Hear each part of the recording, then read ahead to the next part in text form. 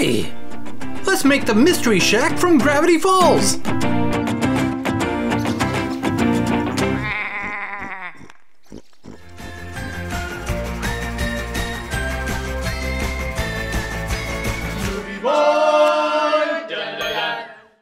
Welcome to Movie Boy, I am Tom Sorensen, and today we are doing the Mystery Shack from Gravity Falls. We have this scene here with an establishing shot going in on the Mystery Shack. Step one is to find reference images to recreate your Mystery Shack. So whether it says gifts, gift shop, little differences. Like you realize after a while that this shot has windows and not on this one. And placement of trees, and where is the totem pole. Like for example, I like the totem pole from this one. So this here is the image I thought I would use as my main basis. So now is time for time lapse. As you can see, we started off real simple here, laying in the main shapes of the Mystery Shack.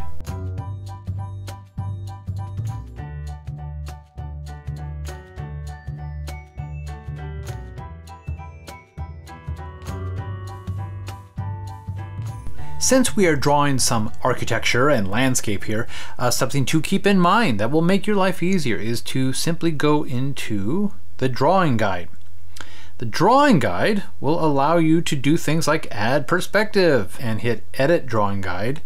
As you can see here, we have a 2-point perspective. We have the blue line here showing us where I set the horizon line. I have the opacity to max, so it's amazing how it's still a little hard to see. I'm going to select that point and I'm going to now change it to say a blue color. So now, as you can see, we have our 2-point perspective. These lines can go off as far as you need to, and this then helped me with my sketch to make sure that all my lines were falling through. What I noticed at one point after a while is that, as you can see in the sketch here, these shingles are definitely not lined up with the blue lines. In fact, they look like they're lined up with the opposing lines, and that was my bad. I did have to fix those. And then when you're done with them, you just simply turn it back off. I'm really not doing anything that crazy, just the 6B pencil. Maybe sometimes I will use the Procreate pencil, but otherwise that's all I'm doing when it comes to sketching. We're just working on the inking stages.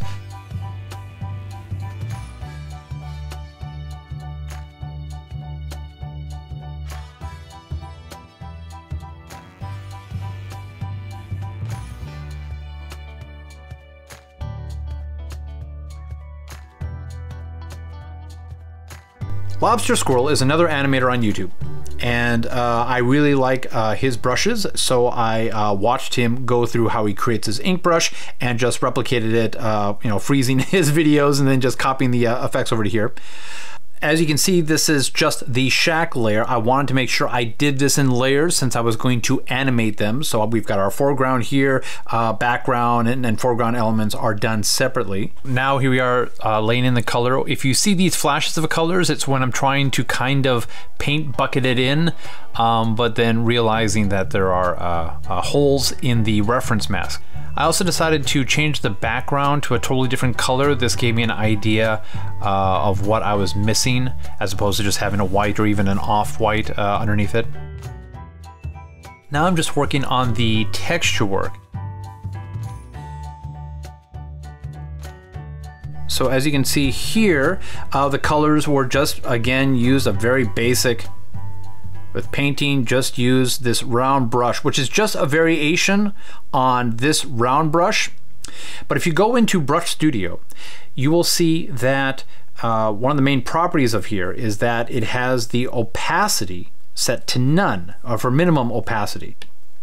So if you do a very light touch, you probably barely even see this. And then the harder you push, the more opaque your brush is.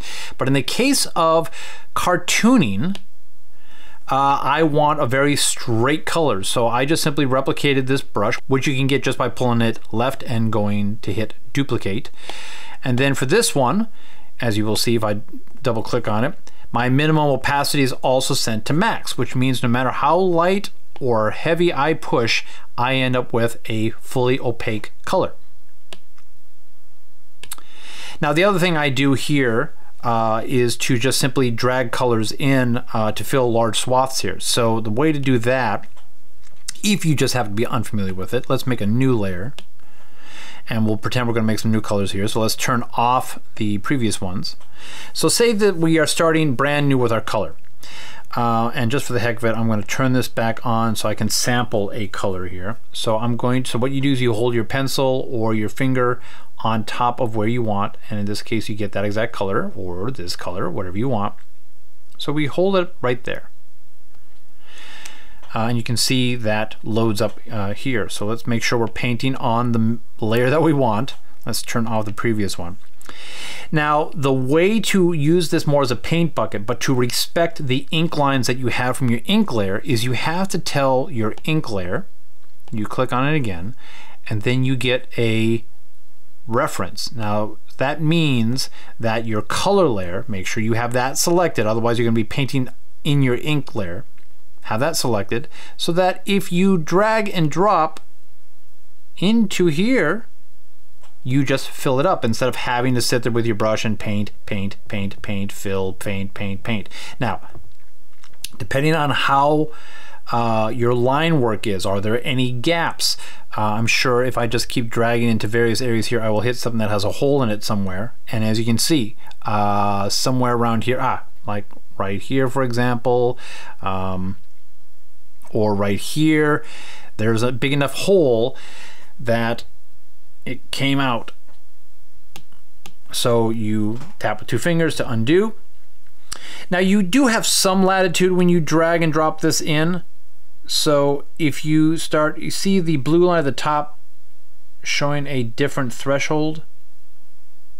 So yeah, if you go to full threshold, it will paint over everything everywhere. It's not perfect, and as you can see here, it starts aliasing around the ink around it. You try and find a happy middle. So in this case, it's right about here. Nope. If I'm happy with that, a threshold of 2.7, then I can fill it in. But as you can see, there are some issues here, which means I would either have to then paint to fill in these gaps, or I have to seal up the gap that you see right around here. This is just blocking in the main colors. Now I could have done this even more basic, where all that would have just been one color and then I could layer on top of that, but in this case I didn't desire to do so. But then we have to start adding the textures, the light and dark. And I always prefer to work non-destructively, so in this case I am now on the shadows layer. I set this to multiply. If you want to change your blend mode to something else, you have all the ones that most people are used to in Photoshop showing up here. Probably would help if I had this on. Yeah, so you can tell now I am set to darken, color burn, everything here. All right, so we have it set to multiply. And to keep the textures only on the previous layer, what you do is you just simply, and you can see it checked here, it says clipping mask. If we didn't have that on, then all the areas I painted, then we have a bit of a mess. But we turn on clipping mask, and now it is bound by the paint that exists in the layer below. Gravity Falls, in my opinion, uses a very spray painty kind of flicks of the brush. So I actually used flicks for a lot of this, and medium and fat nozzle to recreate the textured look that they do with their color work. So you can see here, we end up with just flecks of paint. But if I needed to change something and recolor something, it's on a separate layer, so I don't have to worry about messing all this stuff up. When I was happy with that, I also then worked on glows. So you can see the glows coming off of things like light sources and whatnot here. And then of course if we put our ink back on, you can see all that being constrained. And then there are areas of the ink work here, like on this gift shop sign, where it actually was not a black, it needed to be a different color. We just do another clipping mask layer, and on top of the ink layer, we paint additional colors. So as you can see here, the world famous, the enter, the gift shop, those all need to have the line work colored. And that was just done again on a separate layer. That basically covers our main foreground elements. And now just laying in the ink work in behind. And now again, just painting in the background and the trees. I really kind of like the color palette on the way they approach their redwoods.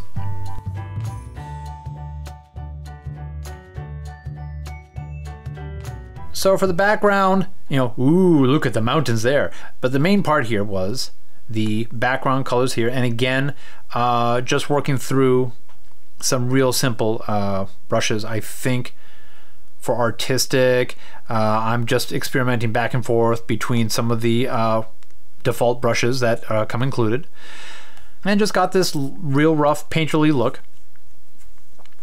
And then let's see, and then again, shading with the Flex using the spray paint brushes on those to get our texture to match with the style that they do with Gravity Falls. And then we add little things like the glow of the lantern. Also for the ground layer, we've got the ground and more textures, more flex. And then eventually, of course, our background ink for at least that area there. And then color line that. So let's turn that on and off. So again, to help with that faded look of objects that are in the distance, they don't need to be as contrasty. We just color that over there.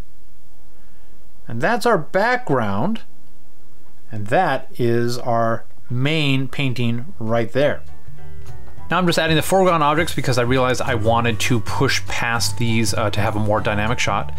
So again, looked up reference footage and laid in the tree here.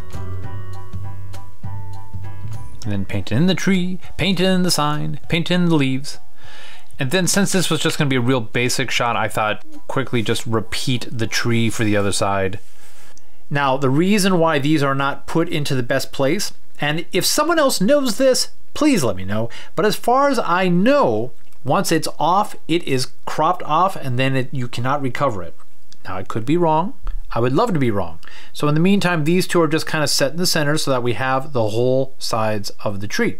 Now, of course, comes the part of this needs to be animated. So I need to separate these off and bring it into After Effects. One possibility here is to go under your wrench tool, and for exporting your canvas, you can choose Photoshop and just simply export this out as layers, and then just group the layers or flatten the layers as you would prefer in Photoshop. But I wanted to find a way to shorten the pipeline so that I could have this as ready as possible, straight out of Procreate, and go right into After Effects. So what I did here is in the gallery level, if you just run your finger or pencil over to the left, you can see the duplicate button come up, hit duplicate, and now we have a second section.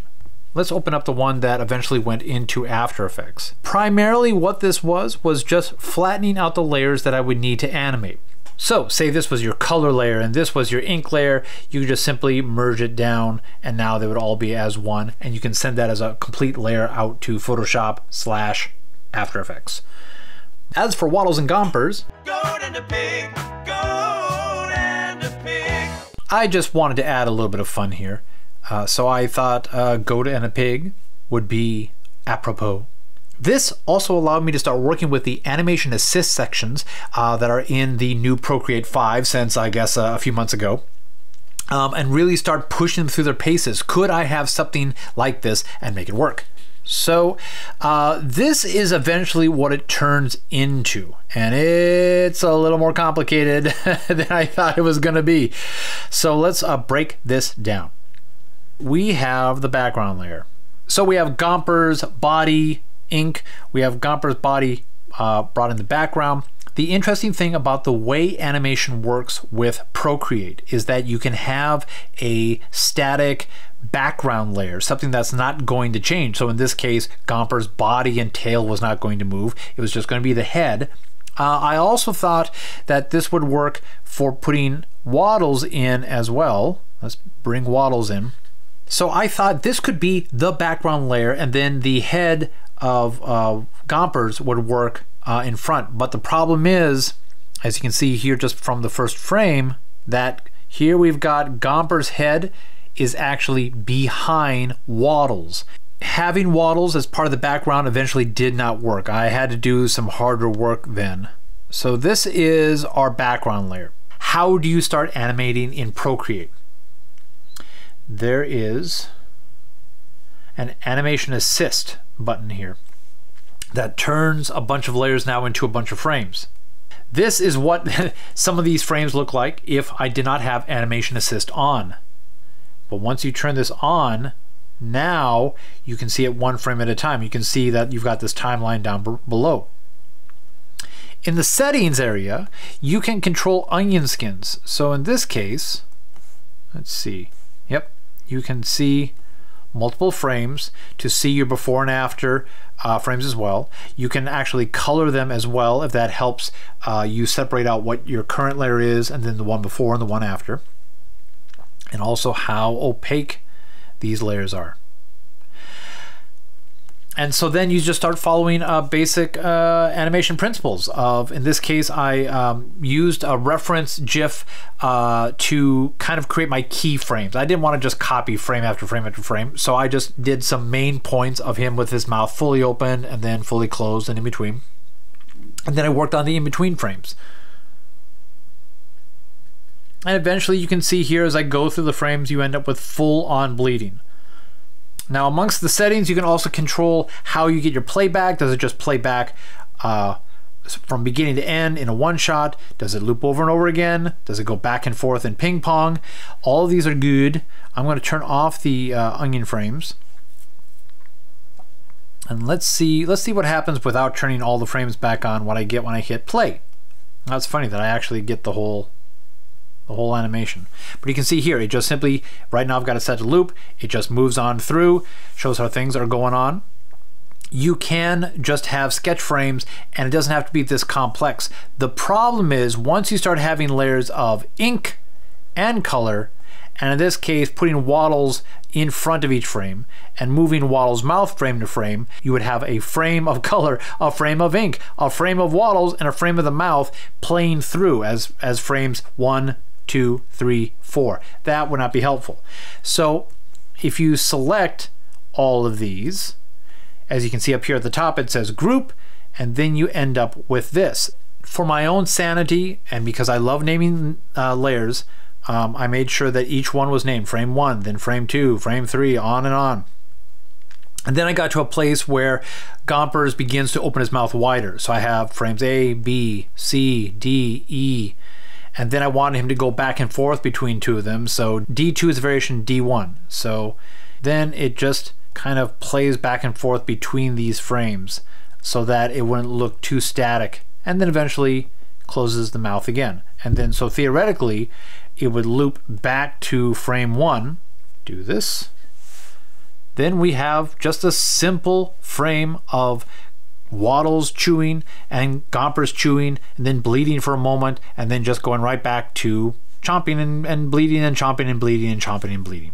Now that you are 100% happy and you have everything that you want in your group, in your frame, you can just simply tap on it and then just flatten it. Bonk. So you can just flatten out each one of these groups into its own individual frame. Then you end up with this. Now here's the thing. It turns out that these numbers, the names on these layers, at least to my experience, do not retain themselves once they go out. So let's go to share. And we want to share these layers as PNG files. Now the reason why we don't want to do this as an animated PNG is that it comes out as one file that I found was not able to be imported properly into After Effects. After Effects did not understand what happens if you go animated PNG. It looks like it would work perfectly. It has a transparent background, has frames per second, but it does not work. So instead, I simply exported this as PNG files. If I save these to files, and so if I save, ooh, look at that. Open up the files. Go to a pig test. Now, see what happens here? It chooses its own naming convention.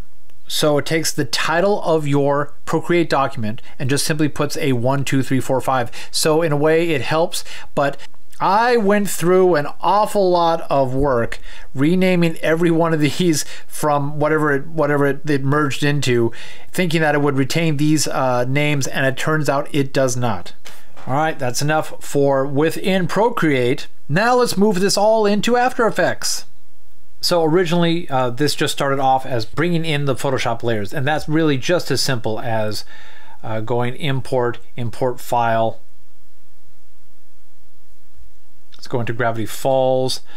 Here is the Mystery Shack, and then we want to make sure that we import it in as a composition. I like to retain the layer file sizes so that the boundary boxes actually go around each layer, and I want to create a composition. So this will basically create a brand new composition.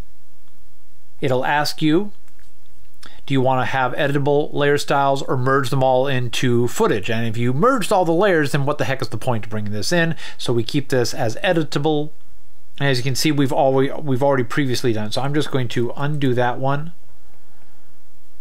and get to this. So this is just those layers that we saw in Procreate brought in one by one by one.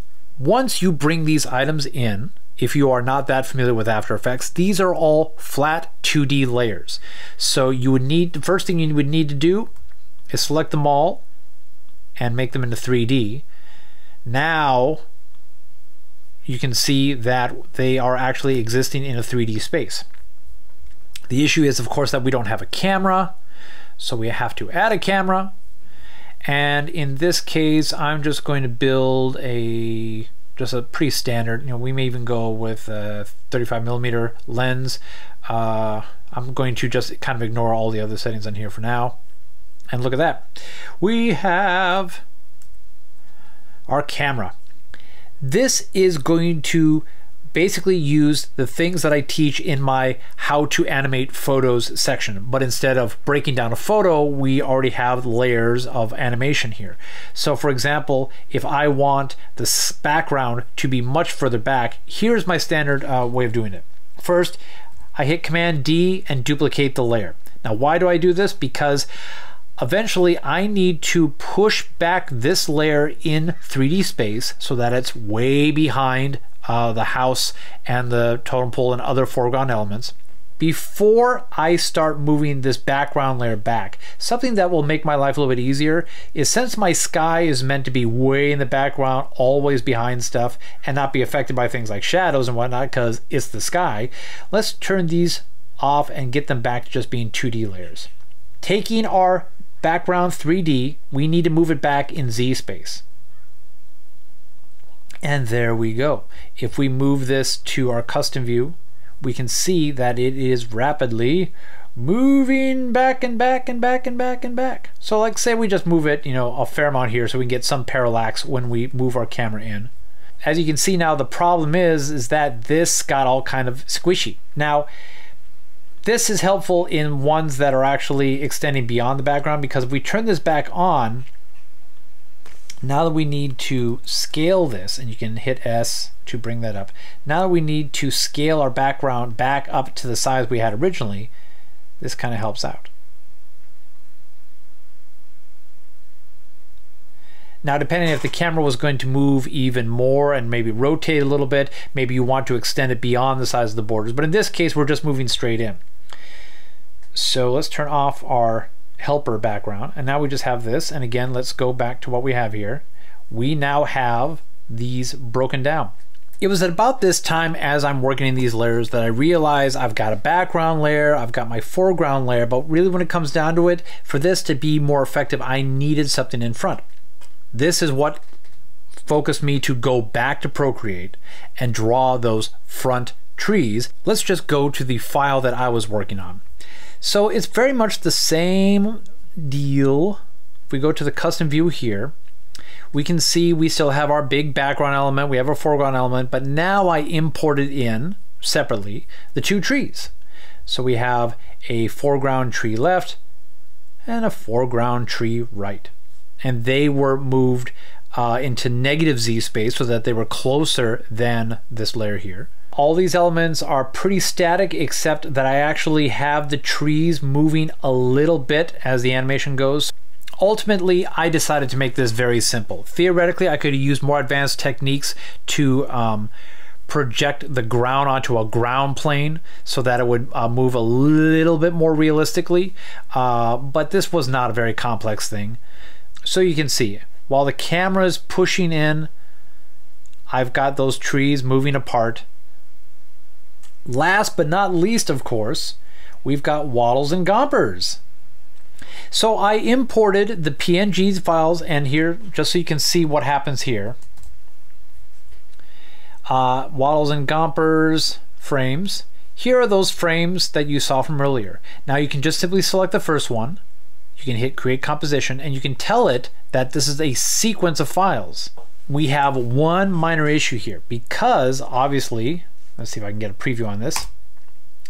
Our first frame isn't really the first frame. Our first frame is actually the background layer. So what I did in this case is I selected the second one and said it was a sequence, and it brought in frames 2 through 26. And you can see that down here, frames 2 through 26, because these are my animation frames. 2, 3, 4, da da da da da da da da da da. And then I brought in the background layer here separately. And then, so that I could get a longer loop on this. Remember, I created a looping animation, but I still wanted this to last even longer.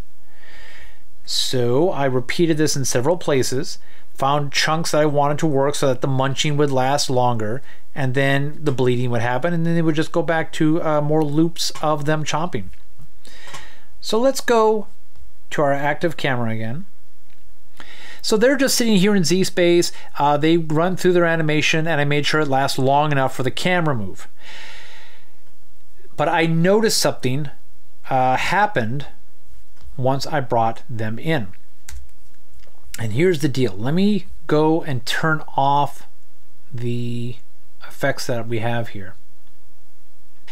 One of the issues that you have in animation is that as you scale down certain items, the thickness of their ink lines shrinks with them. So I have a solution here which just simply amounts to this. What you can do, in this case, we're just going to do it to the whole plate of them. We could do this layer by layer so that Wattles has a little better outline and Gompers does, but I'm just going to do this to the two of them.